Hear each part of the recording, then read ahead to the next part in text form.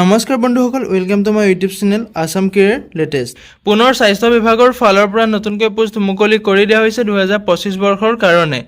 প্ৰায় 1500 পোষ্ট মুকলি কৰি দিয়া হৈছে। যদি আপুনি পোষ্টসমূহত আবেদন কৰিম বুলি ভাবিছে, ভিডিঅ'টো শেষলৈকে চাই যাব, অলপো স্কিপ নকৰাকৈ। এই ভিডিঅ'তে আলোচনা কৰিম এই পোষ্টসমূহত আপোনালোকে কেনেদৰে আবেদন কৰিব, আবেদন কৰিবলৈ আপোনালোকৰ বয়সৰ সময়সীমা কিমান লাগিব, কিমান এপ্লিকেশ্যন ফিজ কাটিব লাগিব, লগতে আপোনাৰ কোৱালিফিকেশ্যন কিমান লাগিব, ফুল ডিটেইলছ এই ভিডিঅ'টোত আলোচনা কৰিম। ভিডিঅ'টো শেষলৈকে চাই যাব, অলপো স্কিপ নকৰাকৈ। যদি ভিডিঅ'টো ভাল পায় এটা লাইক কৰিব, আৰু মোৰ চেনেলটোলৈ যদি প্ৰথমবাৰ কাৰণে আহিছে তেনেহ'লে চেনেলটো ছাবস্ক্ৰাইব কৰি ল'বলৈ নাপাহৰিব, যাতে প্ৰতিদিনে জবৰ আপডেটসমূহ পাই থাকিব পাৰে।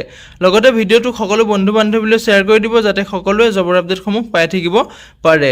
ভিডিঅ' ডেছক্ৰিপশ্যনত মই হোৱাটছআপ চেনেলৰ লিংক দিছোঁ, তাতো গৈ আপোনালোকে হোৱাটছআপ চেনেলটো ফ'ল' কৰি ল'ব, যাতে প্ৰতিদিনে জবৰ আপডেটসমূহ সকলোতকৈ আগতীয়াকৈ পাই থাকিব পাৰে।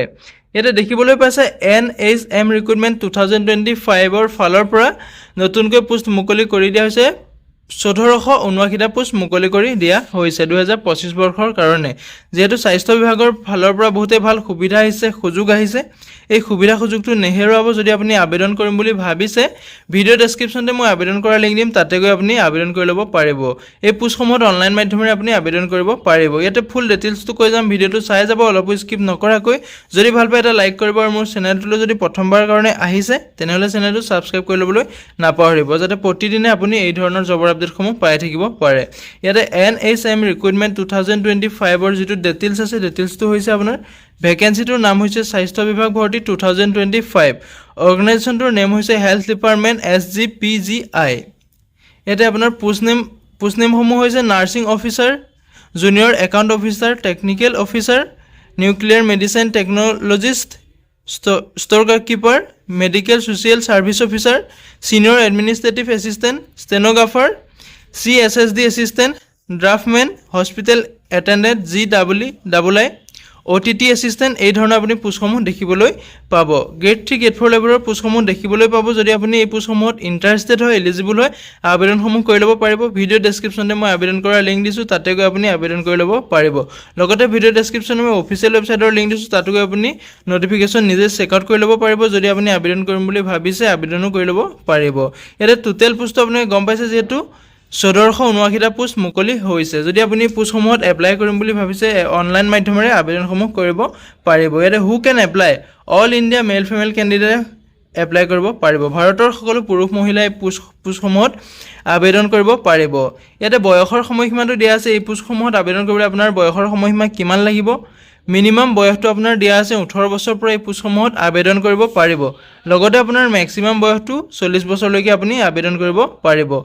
লগতে আপোনাৰ ইয়াত এজ ইলেকশ্যনটো দিয়া আছে, যিটো গভৰ্ণমেণ্টৰ ৰুল হয়, সেইমতে আপোনাৰ এজ ইলেকশ্যনটো দিয়া আছে। SC STৰ কাৰণে 5 বছৰকৈ এজ ইলেকশ্যন পাব, আৰু OBCৰ কাৰণে 3 বছৰকৈ এজ ইলেকশ্যন পাই যাব। লগতে EWSৰ কাৰণে 10 বছৰকৈ এজ ইলেকশ্যনটো পাব। ইয়াতে এপ্লিকেশ্যন ফিজটো দিয়া আছে। জেনেৰেল OBCৰ কাৰণে 1180 টকা এপ্লিকেশ্যন ফিজ কাটিব লাগিব। SC ST আৰু PWDৰ কেণ্ডিডেটৰ কাৰণে 708 টকা এপ্লিকেশ্যন ফিজ কাটিব লাগিব। আপোনালোকে এপ্লিকেশ্যন ফিজটো অনলাইন মাধ্যমেৰে পে'মেণ্ট কৰিব পাৰিব। Google pay', PhonePe', debit card যিকোনো মাধ্যমেৰে পে'মেণ্ট কৰিব পাৰিব। যদি পোষ্টসমূহত আপুনি ইণ্টাৰেষ্টেড হয়, এলিজিবল হয়, আবেদনসমূহ কৰি ল'ব। যিহেতু স্বাস্থ্য বিভাগৰ ফালৰ পৰা 2025 বৰ্ষৰ কাৰণে বহুতেই ভাল সুবিধা আহিছে, সুযোগ আহিছে। এই সুযোগটো আপোনালোকে নেহেৰুৱাব। যদি আবেদন কৰিম বুলি ভাবিছে, আজিয়ে আবেদন কৰি লওক। ভিডিঅ' ডেছক্ৰিপশ্যনে মই online link, apply processor link দিয়া আছে, তাতে আপুনি গৈ আবেদনসমূহ কৰি ল'ব পাৰিব।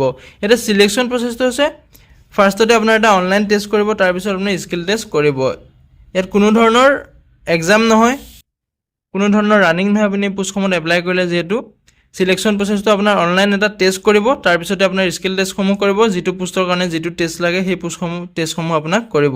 ইয়াতে এডুকেশ্যন কোৱালিফিকেশ্যন, ইয়াতে 10 পাছৰ পৰা আপুনি 12 পাছ, 10 পাছ, গ্ৰেজুৱেশ্যনলৈকে আপুনি ইয়াত বেলেগ বেলেগ পোষ্ট দেখিবলৈ পাব। 10 পাছৰ কাৰণে বেলেগ ধৰণৰ পোষ্ট আছে, 12 পাছৰ কাৰণেও বেলেগ ধৰণৰ পোষ্ট আছে, আৰু গ্ৰেজুৱেশ্যন লেভেলৰ কাৰণেও ইয়াত বেলেগ ধৰণৰ পোষ্ট আছে। যিহেতু গ্ৰেড 3, গ্ৰেড 4 লেভেলৰ বহুখিনি পোষ্ট মুকলি কৰি দিয়া হৈছে, প্ৰায় 1500 পোষ্ট মুকলি কৰি দিয়া হৈছে। যদি পোষ্টসমূহত ইণ্টাৰেষ্টেড হয়, এলিজিবল হয়, আবেদনসমূহ কৰিব। আজিয়ে আপোনালোকে আবেদনসমূহ কৰি ল'ব। ভিডিঅ' ডেছক্ৰিপশ্যনত মই আবেদন কৰাৰ লিংক দিছোঁ, তাতে গৈ আবেদনসমূহ কৰি ল'ব পাৰিব।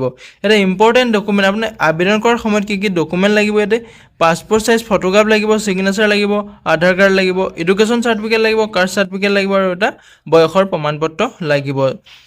যদি ভিডিঅ'টো চাই ভাল পালে এটা লাইক কৰিব আৰু মোৰ চেনেলটোলৈ যদি প্ৰথমবাৰ কাৰণে আহিছে চেনেলটো ছাবস্ক্ৰাইব কৰি ল'ব যাতে প্ৰতিদিনে এই ধৰণৰ জবৰ আপডেটসমূহ পাই থাকিব পাৰে লগতে ভিডিঅ'টো সকলো বন্ধু বান্ধৱীলৈ শ্বেয়াৰ কৰি দিব যাতে সকলোৱে জবৰ আপডেটসমূহ প্ৰতিদিনে পাই থাকিব পাৰে ইয়াতে ইম্পৰ্টেণ্ট ডেটটো হৈছে অনলাইন ফৰ্ম ষ্টাৰ্টিং ডেট আপোনাৰ 18 জুন তাৰিখৰ পৰা অনলাইন প্ৰচেছটো ষ্টাৰ্ট হৈ গৈছে ইয়াতে লাষ্ট ডেটটো আপোনাৰ 18 জুলাইলৈকে লাষ্ট ডেট আছে বহুখিনি দিন আছে আপুনি যদি আবেদন কৰিম বুলি ভাবিছে আবেদন কৰি লওক যেহেতু আজি জুলাইত 12 তাৰিখ হৈ গ'ল যদি আপুনি এতিয়াও আবেদন কৰা নাই আবেদন কৰিম বুলি ভাবিছে তেনেহলে 8 তাৰিখলৈকে এতিয়াও আপোনাৰ হাতত 6 দিন সময় আছে যদি আবেদন কৰিব বিচাৰে আবেদনসমূহ কৰি ল'ব পাৰিব আজিলৈ ভিডিঅ'টো ইমানেই আছিল যদি ভিডিঅ'টো চাই ভাল পালে এটা লাইক কৰিব জয় হিন্দ জয় অসম